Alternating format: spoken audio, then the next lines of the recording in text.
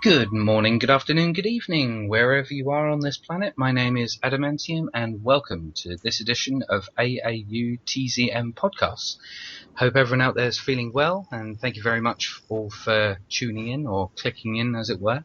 Just the usual announcements. For those of you listening to this on YouTube right now, my podcast also exists on TalkShoe.com. If you look down below in the video description, you'll see a link to the call series. So just for those of you who want to listen to and download the full MP3 files for free, you can do that there. As for the sponsorship situation, I'm actually starting to wonder whether I'm actually a viable enterprise to be sponsored, because none of my sponsors seem to hang around for more than a month. That's exemplified by the fact that I'm afraid to announce that there has been some complications with our sponsorship situation with cultcabin.com, the online store for all your ritual and reverence needs.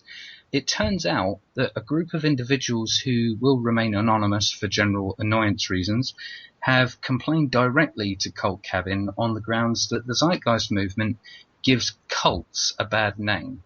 Now, this apparently prompted the site's admins to do some research, and they actually found out that TZM fails to qualify as a cult at all, and they have thus disassociated themselves from us, denounced us publicly, withdrawn their support, withdrawn our merchandise, and denounced us publicly to all the other cults out there who benefit from their support and business. So it's a bit of a shame to see Cult Cabin go. I wish you all well, guys, and rock on. But I have successfully acquired a new sponsor. So this podcast is brought to you by a brand new product which is taking the surgical world by storm. It's essentially a moist towelette imbued with nutrients, cleansing agents, and cognitive optimizers. You see, in recent years, scientific studies have shown, which, by the way, the very words studies have shown is irrefutable evidence to its truth, that over the course of life within a monetary system, the human brain develops a certain discharge which not only inhibits critical thinking, but also makes the brain itself look rather grubby. Thus, along with this product, the procedure involved is very simple. The top of the cranium is strategically removed, the brain is carefully exposed, and a team of surgeons will spend a good 5 hours wiping away this discharge from the brain itself, eradicating its pervasive effects on neurosynaptic firing, and also making the brain itself look nice and sparkling clean. The name of this new product, I'm very pleased to announce, is called Brainwash. And Brainwash Incorporated have offered a one-time limited offer of 50% off your first bulk order of these towelettes if you order them before this year's main event of the Zeitgeist Media Festival. So get onto www.brainwashtowelette.com and get 50% off. So go on. Your brain needs a good scrubbing, I can tell. Anyway, that's enough for the announcements, so I'll waste no more time and get into the meat and potatoes of this podcast, and welcome on Jen Wilding. So if you'd like to say hello, Jen. Hello. Yeah, Thanks for having me. Yeah, thank you very much for coming on. It really is good to have more really eloquent speakers onto the podcast, because, you know, I mean, when it started, it was just me bumbling into a microphone, but now it's got people from all over on it. I guess just for the audience's edification, if you'd like to just introduce yourself and explain the genesis of how you came across this train of thought and discovered the movement. Okay. Well, currently I am volunteering as the U.S. coordinator for the Zeitgeist movement, and I've been doing that for quite a while. But I first came to the movement not too long after Zeitgeist Addendum was released. I even went back because I thought you might ask me this, and so many people are, when was it that you came to the movement? And it seems like it was so long ago that I actually had to look up when it was that I first shared the link with someone. Yeah. It was October 2008. Wow. Was when I was really excited to just connect with any community that's talking about those ideas. I had already been exploring a lot of those issues on my own, And I was based at that time in Chicago, Illinois, and I was doing a lot of creative writing around my frustration with social issues. So I was excited to see that another artist, Peter Joseph, was putting out content that was putting together both the problem and the solution. And of course, like I said, my first experience with the movement was watching Zeitgeist Addendum. I then, of course, went back and watched Zeitgeist the movie, and then moving forward was part of that, the next evolution of films that were coming out. But when I first saw Addendum, I was excited about it, but I also felt like what the Venus Project was proposing, a resource-based economic model, was so radical that I thought there must be something wrong with it. So even though I was excited to learn more about it, I also, before I was going to go gangbusters and tell everybody about it, I wanted to do my own research and really spend some time thinking about, okay, where's the loophole? Where's the catch? Because it sounded too good. And I spent a lot of time with that, about 6 months or so.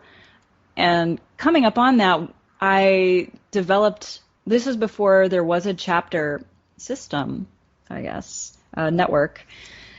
I developed a discussion group in Chicago and started trying to connect to people who might want to meet and discuss the ideas. And I had a first sort of Z-Day kind of thing that spring, I guess it was 2009, just trying to gather people for the information. And as a result of that, Peter started to realize that there was enough interest in the movement to actually start developing chapters. When I initially signed on to learn more information, it was just a sign-up page. There was no website even developed yet. And then the web page was developed and there were forums, and primarily people were communicating on the website forums to meet each other and discuss the ideas. And what was interesting then was people too were discussing a lot about what they thought the movement was and what they thought it should be and where they thought it should go and steps that should be taken. And those conversations are very interesting because we didn't have a good communication around what was being created. And now we do. But at the time, it seemed very open-ended, which meant there was a lot of chaotic communication. And so it's been interesting to see that evolve. But Peter was looking for people who had created groups and had stepped up and were trying to connect to communities and see if they wanted to start chapters. And he contacted me and asked me if I wanted to start the Illinois chapter. And I, at the time, didn't feel ready for that because I felt like I wanted to ease into that. But I also, at the same time, realized that if not me, then who? Because I was kind of the only person doing it. And I think that's an important step that everybody who volunteers for the movement, I don't know about you, Adam, but kind of has to realize is it's very easy to want to sit back and wait for someone else to take initiative who you'd think is way more experienced or way more qualified, but you realize we're kind of pioneers in this experience, and just the doing of it is the experience. So I did step into that role and subsequently began also becoming a contact because I was one of the early chapters that developed. I became a contact for people who were thinking about developing chapters elsewhere. And before I knew it, I was in Ventrilo a lot because that was the tool we used at the time for online chat. And I was helping a lot of people to get organized to create chapters. And we started doing Gilbert, Ishmael started initiating international meetings, and those got so big and were so long that it ended up being more efficient to have the U.S. do separate meetings. And so they decided to, I would say just Peter and Gilbert and others approached me to take on that role as being a point person for the U.S. to Right. have separate meetings for that so that we could have some more efficiency because there's so many states. It's almost like it's weird. I don't think of myself as I'm not the U.S. chapter per se because there is no U.S. chapter. I'm more of a point person Hmm. that connects people to someone who's local to them.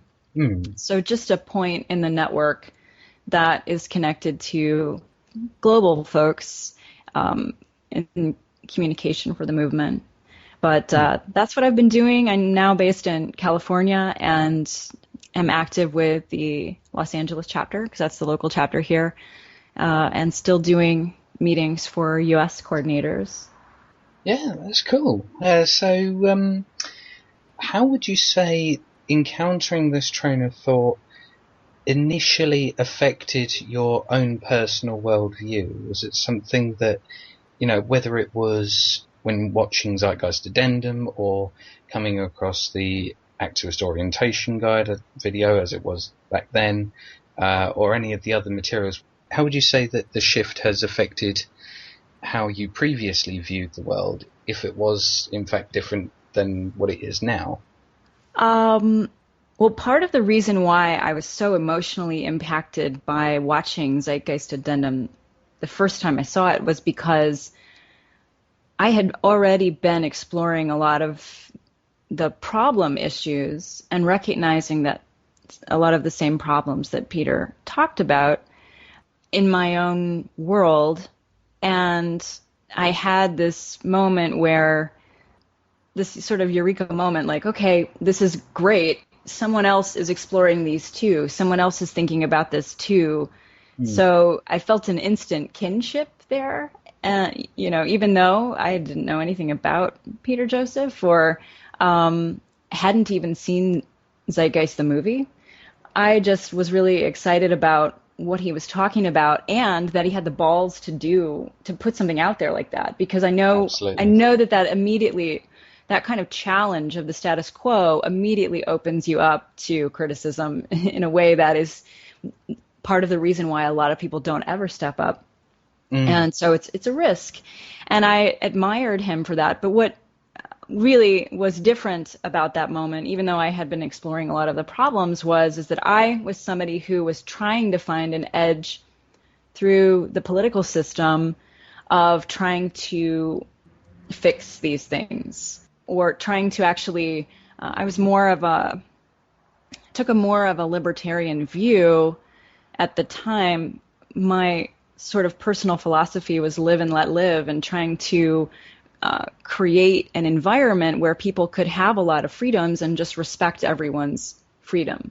Mm. And of course, the focus there is on the individual and not quite as balanced with the collective, so to speak. But that's where I was at the time that I was learning about a resource-based economic model.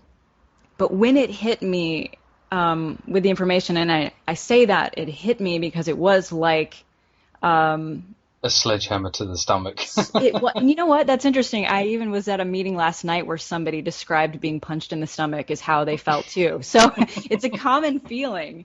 And you wouldn't ever think you'd be talking, musing about the wonderful time that you were punched in the stomach. But that's sort of what it was like, where it all came together, sort of like a Rubik's Cube sort of thing, like just sort of like just Mm. the pieces kind of suddenly just went click